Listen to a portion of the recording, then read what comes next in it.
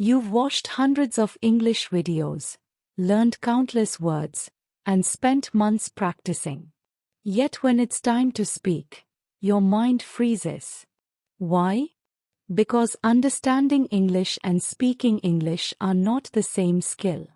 Most learners spend years training recognition while expecting conversation ability to improve.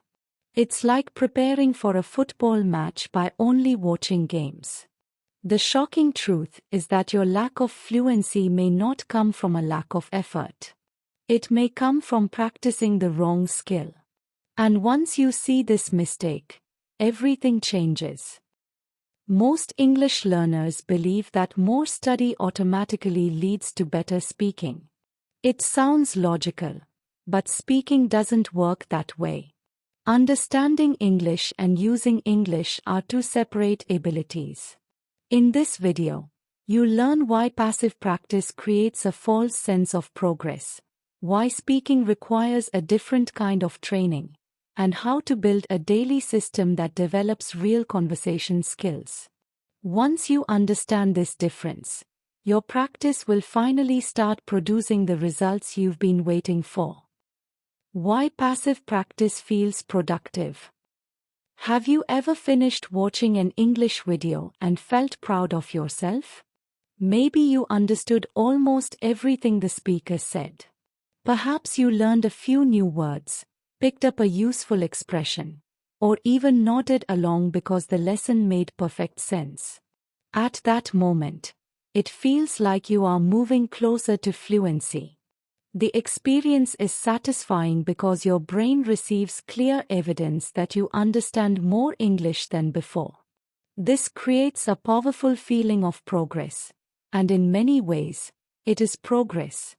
The problem is that understanding English and speaking English are not the same skill. When you watch videos, listen to podcasts, or read articles, your brain is mainly working in recognition mode. The words already exist. The sentences have already been created by someone else. Your task is simply to understand the message.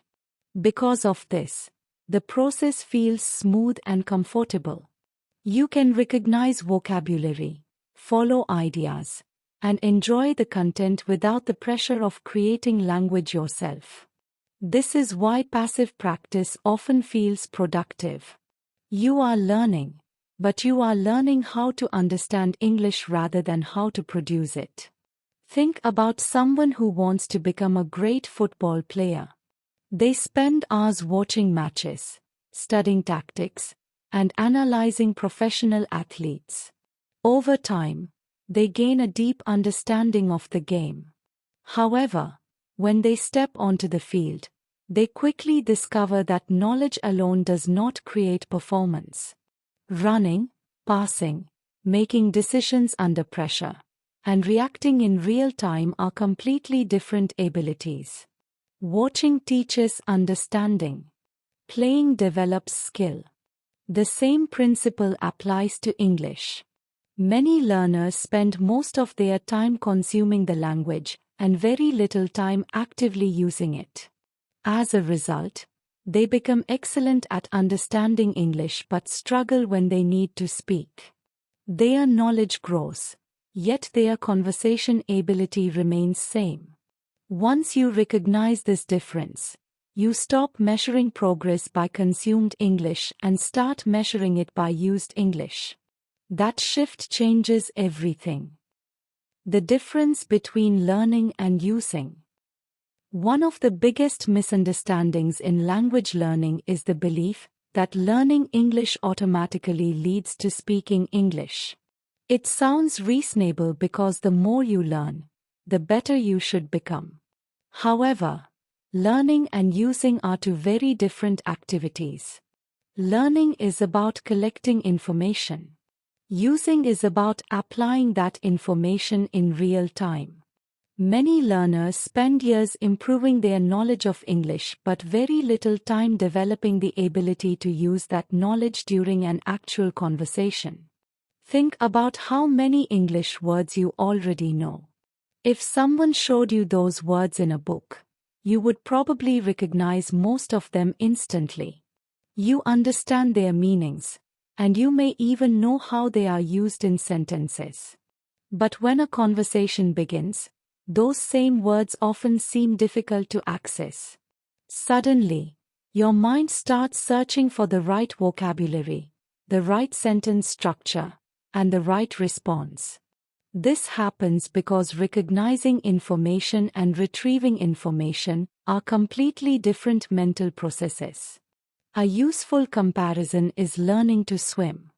You can read books about swimming, watch tutorials, and understand every technique. You might know exactly how professionals move their arms and legs in the water. But none of that guarantees that you can jump into a pool and swim confidently. The skill develops only when your body repeatedly practices the action itself. Knowledge helps, but performance comes from experience. English speaking works in exactly the same way. Fluency is not built when information enters your brain. Fluency is built when information leaves your brain. Every time you explain an idea, answer a question, or express an opinion in English, you strengthen the pathways that allow words and sentences to appear more naturally. That is why some people with average vocabulary speak confidently, while others with excellent vocabulary struggle to form simple sentences. The goal is not to stop learning English. Learning remains important. The real goal is to create balance.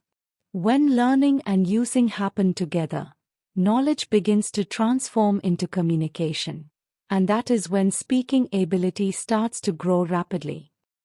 Why speaking needs challenges? Many learners believe that speaking will improve naturally if they keep studying English long enough. The reality is that speaking grows when your brain is forced to work, not when it stays comfortable. This is why many people spend years learning English but still struggle in conversations. Most of their practice happens in situations where there is no challenge, no pressure to respond, and no need to create language on their own. As a result, their understanding improves while their speaking ability develops very slowly. Think about physical fitness for a moment. If you lift a weight that feels effortless, your muscles have very little reason to adapt. Growth happens when the body faces a challenge that pushes it slightly beyond its current ability. The same principle applies to speaking English.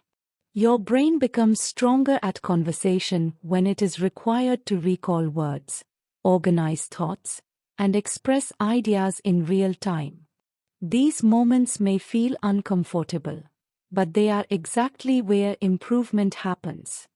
This is why speaking often feels harder than listening or reading. During a conversation, there is no pause button. You cannot spend 5 minutes searching for the perfect word. You must think, organize, and respond within seconds. That pressure forces your brain to build faster connections between ideas and language. Every time you struggle to express yourself and continue anyway, you are training the skill that creates fluency. Unfortunately, many learners avoid these challenging moments. They stay in activities where they feel confident and successful. They watch another lesson, learn another grammar rule, or memorize another list of vocabulary. While these activities have value, they do not prepare you for the reality of conversation. Speaking requires active participation, uncertainty, and occasional mistakes. The learners who improve the fastest are not always the ones who know the most English. They are often the ones who regularly place themselves in situations that demand communication. They answer questions, share opinions, tell stories, and speak even when they are not completely ready. Challenge is not the enemy of fluency. Challenge is the training ground where fluency is built. How to train conversation ability. If speaking is a skill, then it must be trained like a skill. The mistake many learners make is treating conversation as a test instead of practice. They spend weeks preparing, learning new vocabulary, and studying grammar, then expect themselves to perform perfectly when a real conversation begins. When they struggle, they assume their English is not good enough. In reality, the problem is often that they have not trained the specific ability of turning thoughts into spoken language. The first step is to understand that conversation is not about knowing the perfect sentence. It is about expressing ideas quickly and clearly. Native speakers do not stop and search for the perfect word every time they speak.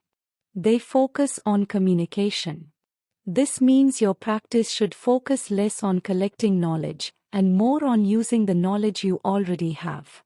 Every day, give your brain opportunities to create English instead of simply receiving it. One of the most effective ways to do this is through speaking prompts. Choose a simple topic and speak about it for 1 or 2 minutes without stopping. Describe your day, explain a recent experience, or talk about your future goals. The topic itself is not important. What matters is training your brain to organize thoughts and express them in English without relying on preparation. Another powerful method is question and answer practice. Ask yourself common conversation questions and answer them out loud. Questions such as, "What did you do today?" or "What is something you want to learn?" force your brain to retrieve language in real time. This closely resembles the mental process required during actual conversations. Stop waiting until you feel ready. Conversation ability is not built before speaking. It is built through speaking. Every sentence you create strengthens thought-to-English connections, making them faster, stronger, and more natural over time. That is how conversation ability develops, not through more information, but through consistent use of the language you already know. Training the skill that creates fluency. Now that you understand the difference between learning English and using English, the next step is creating a system that trains the right skill every day. The good news is that you do not need hours of practice. What matters most is consistency and the type of practice you choose. A learner who spends 20 minutes actively using English will often make more speaking progress than someone who spends 2 hours passively consuming content. A simple daily system can be built around 3 stages. First, spend a few minutes exposing yourself to English through a short video, article, or podcast. The goal is not to memorize everything. The goal is simply to give your brain ideas, vocabulary, and expressions that you can use later. This stage provides the raw material for communication. The second stage is where the real transformation happens. Take the information you just consumed and use it. Summarize what you learned in your own words. Explain the main idea as if you were teaching it to someone else. Share your opinion about it.